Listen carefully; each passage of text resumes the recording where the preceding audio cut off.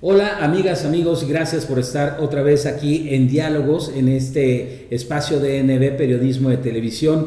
Y este día tengo la fortuna, la suerte de poder estar sentado frente a Enoc Castellanos. Él es expresidente de Canacintra en México. Enoc, muchísimas gracias, bienvenido a tu casa y bienvenido para charlar un poco sobre lo que está sucediendo hoy en el sector empresarial. Al final del camino, tú como empresario, pero también como dirigente de algunas, de Canacintra en particular, creo que tienes una óptica y una visión que puede también ayudar a que varios empresarios, varias otras cámaras al interior de la República visualicemos y visualicen qué es lo que está pasando según tu punto de vista. Y a mí me gustaría poder empezar preguntándote, ¿cómo ves en este momento a nuestro México frente al tema, o no frente, respecto al sector empresarial?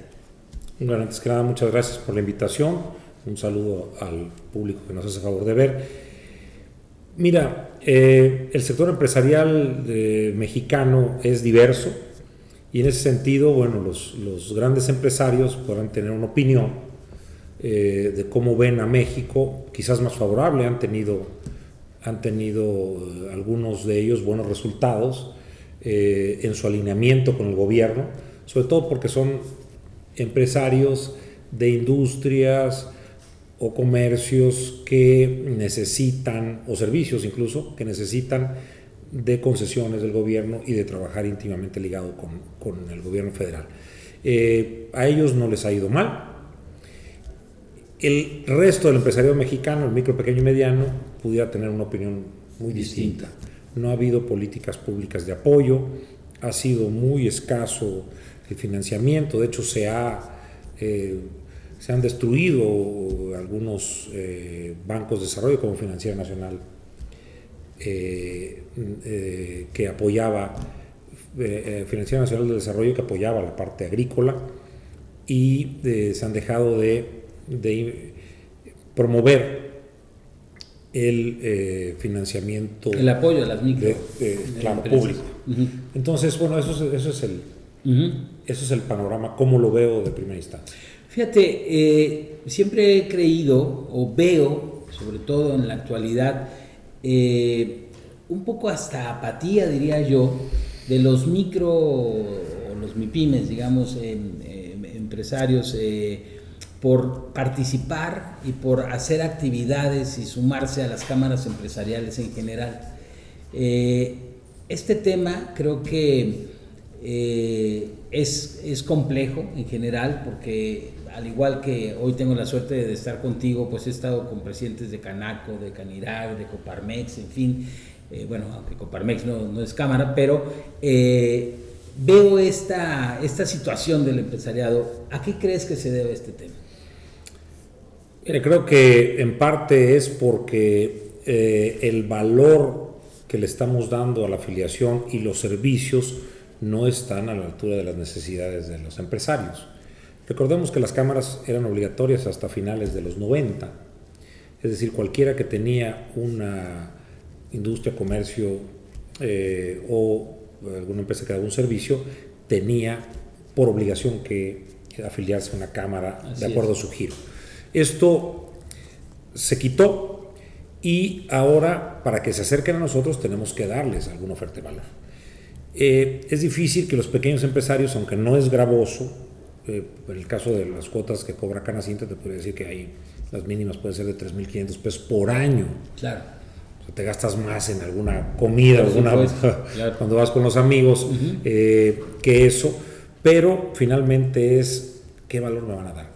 Y es donde tenemos que acercarnos nosotros con capacitación, con gestoría. Y lo más apreciado que ven en las cámaras los empresarios es todo aquello, defensa y protección contra arbitrariedades del gobierno. Esto pues debe de irse modernizando. Tenemos que orientarnos también a acercarles esquemas de innovación, desarrollo tecnológico, certificaciones de sustentabilidad. Claro. Y eso pudiera hacer que los empresarios se acerquen. Pero finalmente tenemos que hacer equipo, porque está comprobado que la diferencia entre los países desarrollados y los que no lo somos es que la gente en los países de primer mundo otorga su tiempo sin remuneración, al menos en 7 veces más que en los países menos desarrollados o en vías de desarrollo. Es decir, están en su cámara empresarial, en su club deportivo, en la iglesia, con los rotarios, leones, scouts, y todo aquello genera comunidad, genera sociedad, genera un pueblo en donde buscan ejercer sus derechos a plenitud. Nosotros no, porque estamos acostumbrados a que el tiempo lo debemos de ocupar en algo que nos genere un beneficio. Claro. Y esto yo pienso en lo que estás comentando y veo también un momento político, histórico en México, en donde además el gobierno en el poder, y llámese federal, estatal, incluso municipal, tiene un tema con el empresariado, es decir, forzosamente y dicho burdamente, siempre que se habla del sector privado se habla de como si fuese un tema de tranza, un tema, es decir, la visualización que tiene algunos gobernantes, desafortunadamente muchos ahora que están en el tema del poder, respecto al empresariado es muy negativo. Creo que históricamente es un tema que no habíamos vivido antes. Así es. Recordemos que se vivió algo similar con Luis Echeverría Álvarez, pero ya hace más de 50 años, o hace 50 años. Pero efectivamente este gobierno trae una parcialidad, un sesgo contra el empresario. Pero además trae una doble moral. Claro. El consejo asesor que nombra, pues recordemos que estaba gente que cayó en impago de impuestos. Incluso algunos muy conocidos de los veracruzanos quebraron sus empresas por ese tema. Y digamos, ellos pudieran ser, algunos de ellos, no todos, justamente el estereotipo del empresario capitalista, aquel que suele dibujar con el bombín y con su traje bastante rollizos. Sin embargo, bueno, este sesgo, esta animadversión es generalizada, porque en la praxis no ayuda al empresario. Claro. O sea, lo ve como un mal necesario para que le paguen impuestos, pero no como aquel empleador que coadyuva a la estabilidad social a través de las prestaciones. Como una parte fundamental del recurso que se recauda. Claro, pero no solo eso, o sea, la recaudación es una parte, pero a ver, tú a la gente generador de empleos. Claro, pero tú a la gente le das salud a través del seguro social, le das un acceso a vivienda, le das un fondo de retiro, todas esas cosas no las da el gobierno, las damos nosotros, y eso te ayuda a ser un factor de cohesión social, de incrementar el bienestar de la gente. Así es. Entonces, mira, el presidente cuando entró, yo recuerdo mucho cuando tomó protesta Carlos Salazar, el anterior presidente del Consejo Gobernamental Empresarial, lo dijo con todas sus letras ante 1000 y pico de empresarios de todo el país. Yo quiero una economía mixta. Y ahí puso en su discurso y nadie comentó. A todo el mundo volteó a otro lado, muchos no lo creyeron. La realidad es que ha seguido el script, pero lo que no entiende la gente es, para llegar a una economía mixta en un país donde más del 80% del Producto Interno Bruto se genera por la actividad privada, lo que necesitas es un retroceso en inversiones privadas y en la actividad económica privada que es ganado por el Estado. Y en ese sentido vuelve el paralelismo con Luis Echeverría Álvarez, que todo mundo supo, bueno, hoy los jóvenes no saben, pero vale la pena recordárselos. El gobierno federal era dueño de cines, de salones de belleza, de fábricas de papel, de acerías, de etcétera, etcétera, etcétera. y todas perdían dinero, Claro.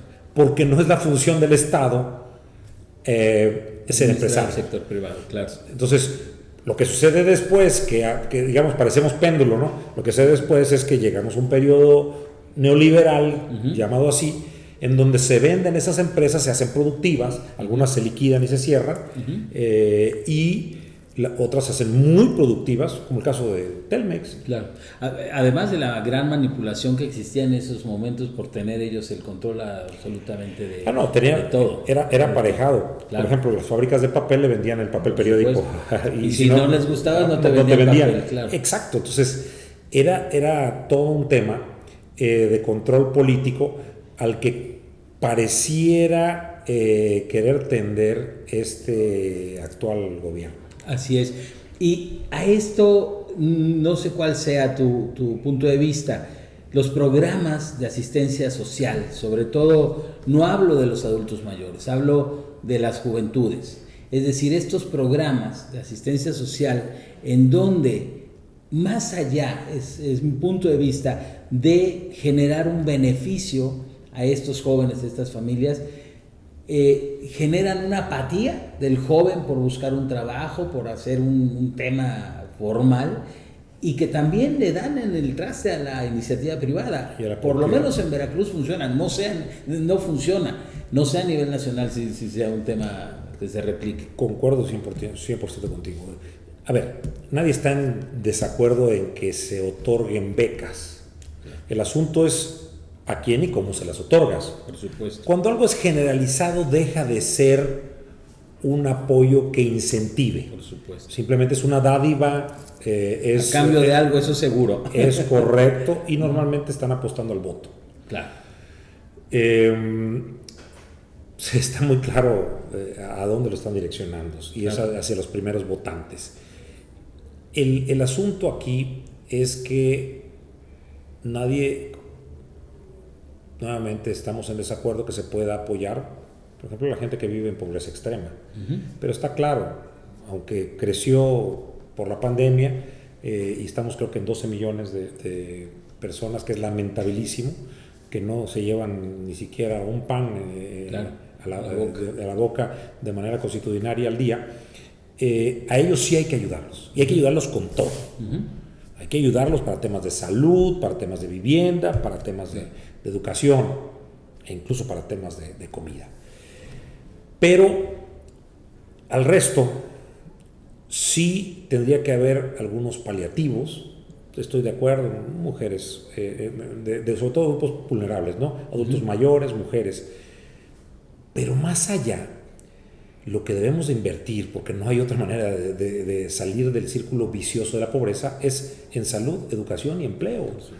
Si no haces eso, no estás generando capacidades para que la gente, por sus propios medios, salga y acceda a un mejor nivel de vida. Lo que estás haciendo es, reitero, programas electoreros. Totalmente. En donde tú tengas a la gente contenta, pero en el momento que se acabe, porque se acabe el dinero, y eso puede suceder muy pronto, lo vemos en el presupuesto que están presentando para 2024, así es. La gente va a volver a caer a pobreza. O sea, le diste, aunque no le guste al señor presidente, y le diste de comer en lugar de enseñarle a comer. Claro. Y cuando dice que eso es neoliberal, pues habría que recordarle que eso viene en la Biblia. Claro, por supuesto. Ahora que hablamos, ¿y qué opinión te merece? Esta semana ha sido tema nacional, sin duda, que hoy el reclutar a jóvenes, hablo de 14, 13 años a 21 años en el crimen organizado, es la quinta empleo más importante que existe en México. De 2012 a la fecha el crecimiento ha sido impresionante, y además darnos cuenta que esa cantidad de empleados que están jalando estas juventudes representa en las Fuerzas Armadas el 2-1. Es decir, ¿en dónde estamos viviendo? Seguramente te refieres al artículo que salió en Science de Campanelli, Hope, exacto. Sobre la empleabilidad de las... A ver, a mí, yo debo decirte con toda sinceridad, a mí me aterró y me llenó de desesperanza. Porque pienso en mis hijos. Claro. Y lo que hacen es un trabajo muy serio, donde proyectan con un modelo matemático. Así es.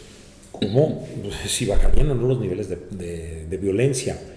Y lo que tenemos es que así se acabara hoy mismo la contratación de estos recursos humanos por parte de los cárteles, claro, del narcotráfico, sobre todo, porque el primero es el cártel de Jalisco, luego el de Sinaloa, etcétera. Empiezan, sí, los tienen, es un trabajo muy serio. Muy serio.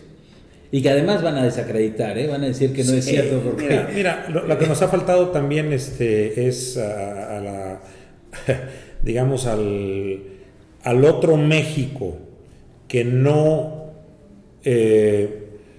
nos comemos el tema de los otros datos, es solicitarlos, contrastarlos, y algunos lo han hecho. Por eso es la embestida brutal al INAI, claro, porque cuando le piden los otros datos y se ven obligados por un orden judicial a darlos, pues se exhiben. Claro. Se exhiben las mentiras, las falsedades, o de menos las medias verdades. Pero la realidad es que sí es muy preocupante el que tengamos una política de inseguridad que ha sido totalmente fracasada. La política de seguridad, perdón, ciudadana o pública, como le quieran llamar, es el mismo nombre, porque no hay, primero, un ataque a la base social. Yo creo que el presidente es correcto su diagnóstico, hay que atacar la base social, y es correcto para controlar el problema, pero eso es en el mediano y largo plazo. En el corto plazo tú tienes que hacer una contención, y la contención es con una estrategia de seguridad pública de la mano de la ciudadanía. Es decir, nosotros también tenemos que ayudar porque somos parte del problema. Los valores se los inculcamos a los hijos en las casas, no en las escuelas ni en la cárcel. Claro. Y la sociedad mexicana ha adoptado una cultura de la ilegalidad cada vez más rampante y justificada. Mira, sucedió en uno de los negocios en donde un empleado hace un fraude y lo declara, dice: sí, cometí esto durante tantos años. Muy bien, les pido una disculpa, lo hice porque tenía a mi esposa enferma. Lo que no dice es que se compró un coche, lo que no dice es que con ese dinero viajó. No. Es decir, uno justifica, porque hay gente que justifica el que se delinque. Y perdón, lo justifican desde el más alto nivel de México. Claro. Cuando deberíamos de tener toda una estructura. Yo sí creo que el problema debe controlarse, porque si no, bueno, es insostenible.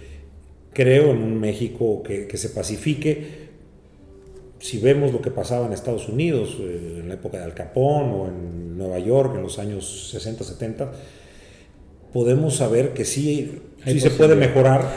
Tú hablas desde el punto de vista que para mí es la base, la familia, ¿no? Es decir, la familia como el guiador inicial, el trabajo del gobierno. ¿Qué onda con el sector privado? Es decir, ¿qué tiene que hacer el sector privado? Porque estamos poniendo y evidenciando un tema importante, pero como líderes empresariales que son las diferentes cámaras y los sectores, ¿qué debe de hacer? ¿Tú qué visualizas que debe de pasar? Mira, antes de darte la respuesta a la pregunta, yo te diría que no soy de los que piensa que todo el sector empresarial es puro y impoluto y todos somos buenos y deberíamos de gobernar todos los estados, porque nosotros sí, no, ya ha sucedido y hay algunos que son bastante malitos, hay empresarios que también son muy cuestionables, y hay otros, yo te diría la inmensa mayoría, la base de MIPYMES, el grueso, son gente noble, son gente de trabajo, son cultura de esfuerzo, pero muchos capitales y muchas riquezas que se han dado entre aquellos que se codean con la clase política, no importa de qué partido sea, algunas veces han hecho sus fortunas al amparo del poder. Pero, ¿qué es lo que tiene que hacer el empresariado, digamos la base, el empresariado de la cultura del esfuerzo? Acercarse a sus trabajadores. nos ha faltado, hemos perdido ese contacto que hacía que nos pidieran ser los padrinos de sus hijos, que nos invitaran cuando se casaba la hija, que éramos una familia. O sea, ¿lo ves más como un tema de relación humana que como crear social. identidad? No, lo veo como un tema social. Evidentemente, ¿no? Así como hablaste de la familia, es la célula básica de la sociedad, las empresas son un extracto de la sociedad.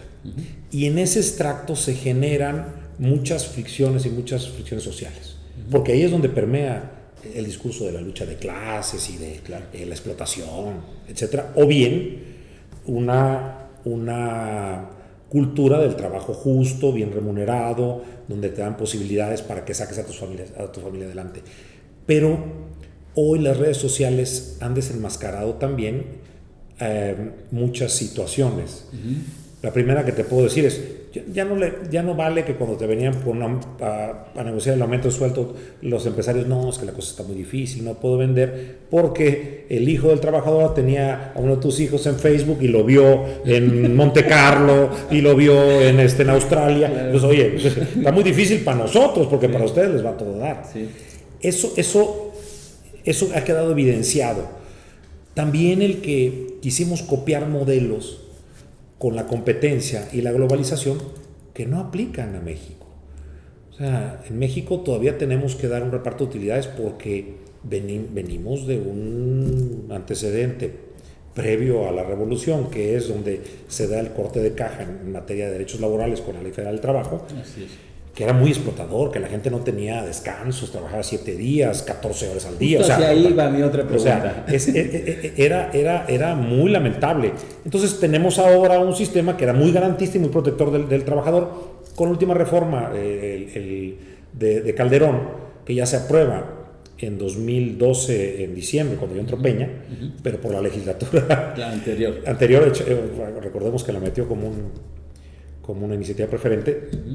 Se compensa, se queda balanceado.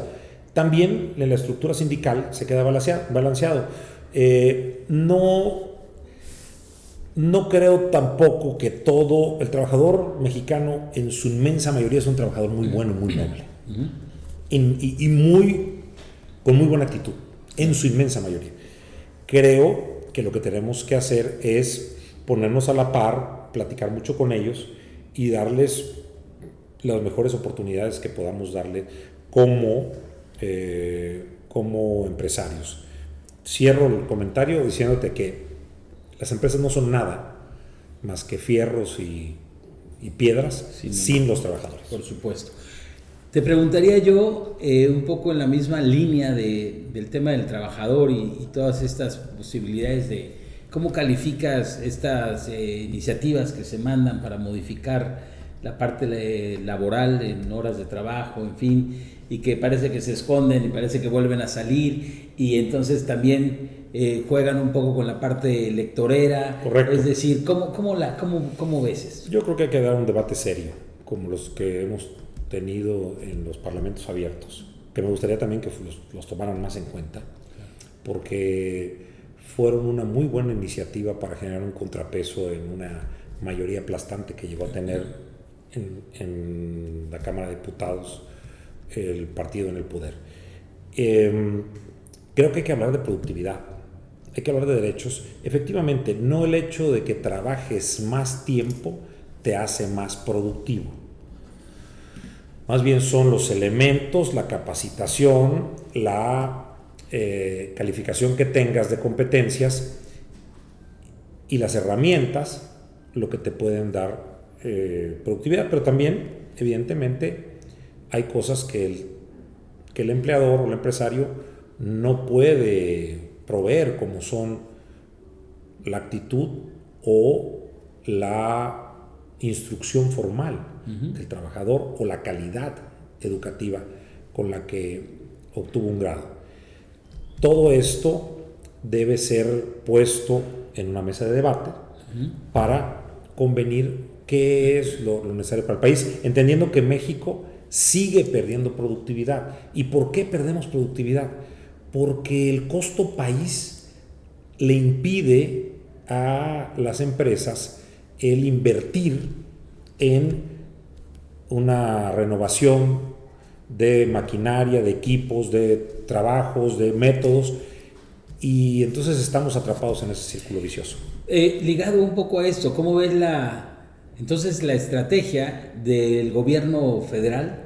Después caemos a Veracruz ya para ir cerrando, pero la estrategia de gobierno federal en el tema económico, que sería muy amplio la posibilidad de la respuesta, pero enfocado específicamente, obvio, al sector empresarial. Bueno, no, a ver, no ha habido una política industrial, no ha habido una política de apoyo al empresario, no ha habido una política de MIPYMES, ni de emprendedores, al contrario, o sea, el gobierno, y además el presidente lo manifestó públicamente, los dejó de lado, dijo, bueno, que se rasquen con sus uñas y van a sobrevivir. Se lo vimos en lo que sucedió en la pandemia, donde no hubo más que, creo que 5,000 pesos que te daba el Seguro Social. Sí, no. A contrasensu de lo que hicieron muchos países. Y por eso nosotros salimos, todavía no hemos recuperado el Producto Interno Bruto que teníamos en 2019. Y falta mucho para que se recuperen años. Probablemente el próximo año, a finales, ya lo estemos empatando, pero ya perdimos cuánto tiempo y cuántas penurias para quienes tenían las responsabilidades.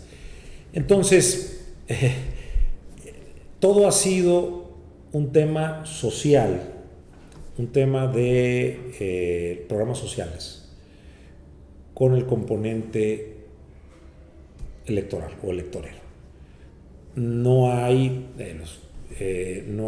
una comprensión de la modernidad empresarial ni en muchos aspectos. Yo considero este gobierno en varios planos como de retroceso, en políticas ambientales, en políticas de apoyo al emprendedor, en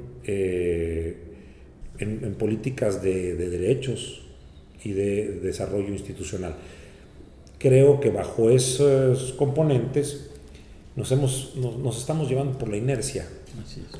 Y por también una inversión pública puntual que genera un efecto coyuntural. O sea, si México está creciendo, si tú ves los datos de Tabasco, por ejemplo, vas a ver el crecimiento de Tabasco es impactado fuertemente por Dos Bocas. Entonces, donde hay estas obras faraónicas, claro, pues van a tener un efecto, pero se termina y si no, pregúntale a Coatzacoalcos cuando se acabó la construcción de Vázquez Videsa. Así es. Una pregunta más, tú como veracruzano que eres, pero al final del camino, bueno, te desarrollas a nivel nacional como expresidente de Canacintra, pero también como empresario. ¿Cómo ves a Veracruz? Híjoles, lo veo mal. Veo con tristeza que Veracruz se ha desindustrializado. Y lo veo con tristeza porque cualquier estado que busque acceder a mayores niveles de desarrollo necesita una industria fuerte detrás.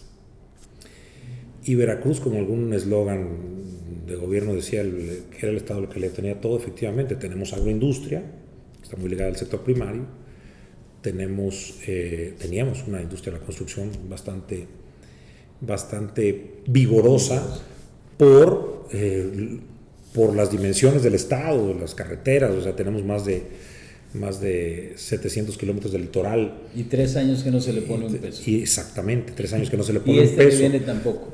Y entonces, sí, de por sí, porque eso hay que decirlo, las carreteras de Veracruz, y yo mira que recorrí muchas de todo el país, nunca fueron buenas en ningún gobierno. Pero ahorita están lamentablemente peligrosas desde el punto de vista de asfalto hasta inseguridad. Veo mal el que en muchos lugares del estado se sigue cobrando derecho de piso. Veo mal que se sigue volteando desde las esferas de gobierno a otro lado, minimizando el problema o descalificándolo. No hay una estrategia, más que seguir con lo mismo y seguir administrando lo que ya venía desde otros sexenios y con otros gobernantes, pero que no se ha hecho nada por contener ni parar. Es triste, creo que hemos tenido una involución. Pues, ¿qué te puedo decir? Yo los negocios los empecé en la zona sur del estado, y si tú comparas a Coatzacoalcos y cuánta gente dejó de vivir en Coatzacoalcos, sobre todo el sector que generaba empleos, que tenía un gran consumo por su capacidad de compra, pues eso explica que se hayan cerrado plazas, cines, bancos. Terciario, ¿no? No. ¿Por qué? Porque eran nuestras familias las que iban, y que ahora nos reunimos con los amigos en Querétaro, en Cancún, en Puebla, en México, los mismos Coatzacoalquenses. Sí, es muy triste. La sucesión presidencial, la sucesión gubernamental, ¿a dónde va? ¿Qué ves? Mira, veo siempre salimos con la particularidad de decir que es un momento histórico. Pues todo momento es histórico porque es irrepetible y es parte de la historia. Sin embargo, sí hay puntos de quiebre. Yo creo que en México se va a decidir sobre si continuar con un modelo que nos puede o no gustar, pero que tiene una base social de apoyo, que no necesariamente nos va a asegurar en el mediano plazo, es decir, en 5 años o en el largo plazo, a mayor tiempo, el que tengamos un México mejor, un México con gente sin hambre, con niveles educativos, con mayores ingresos per cápita, con más respetuosa del medio ambiente, con los servicios básicos medianamente cubiertos. No lo veo porque el modelo populista es un modelo de la inmediatez. Claro. Te lo cubro hoy y mañana que Dios te bendiga. Y entonces vuelves a caer. Y en el peor de los casos, creo que se está jugando la posibilidad de una crisis transicional.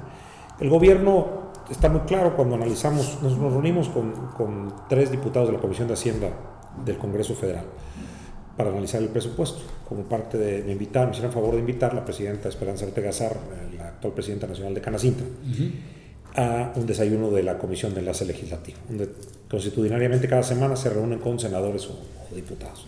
Y tocó el presupuesto. Está muy claro, en los años previos el gobierno tuvo una estrategia de primero sacar el dinero de los ahorros, que se veían los fondos de estabilidad, y los fideicomisos, y de ahí fondió. Después apretó a aquellos grandes contribuyentes que tenían litigios, y por las buenas o por las malas los hizo que se desistieran y financió también el presupuesto.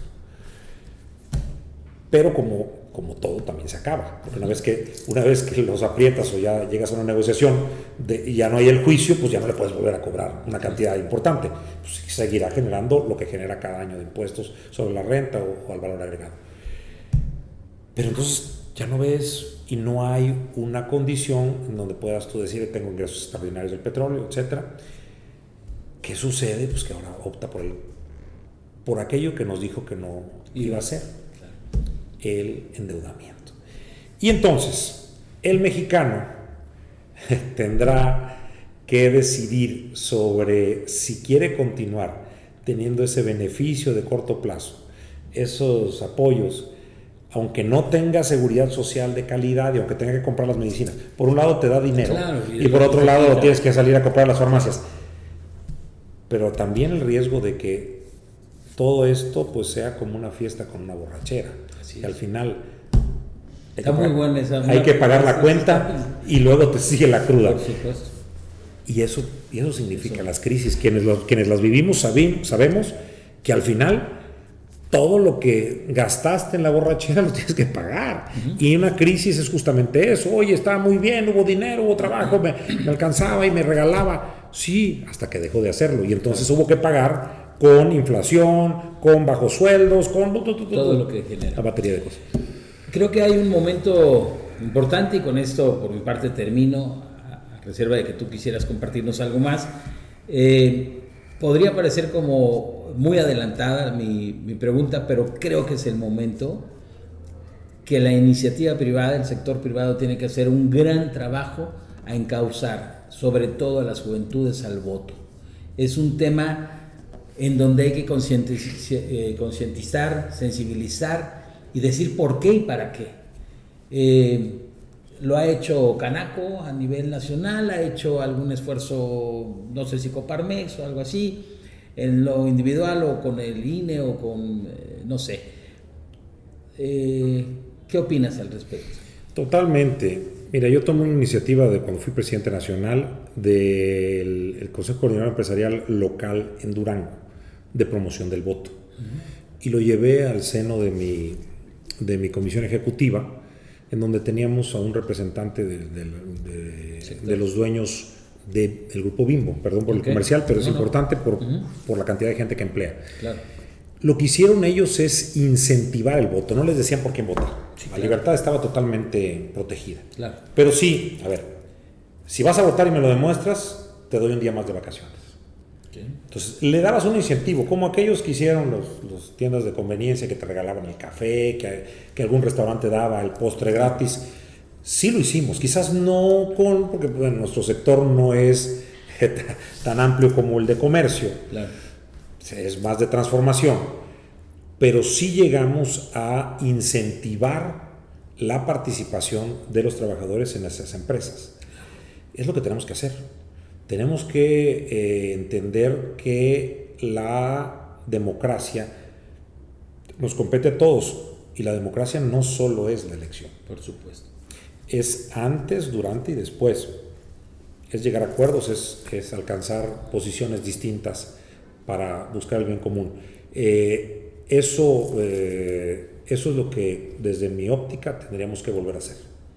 Enoc, ha sido un placer platicar contigo, podríamos platicar mucho más.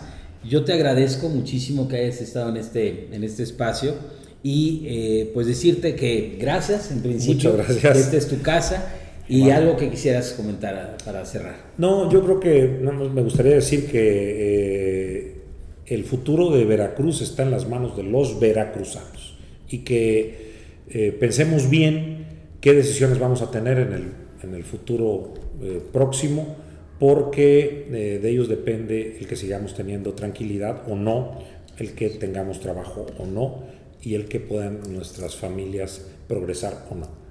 Pues muchísimas gracias, Enoc, muchas gracias a ustedes por habernos acompañado. Mi nombre es Mauricio Cuevas Galloso y nos vemos en la próxima entrega. Hasta pronto.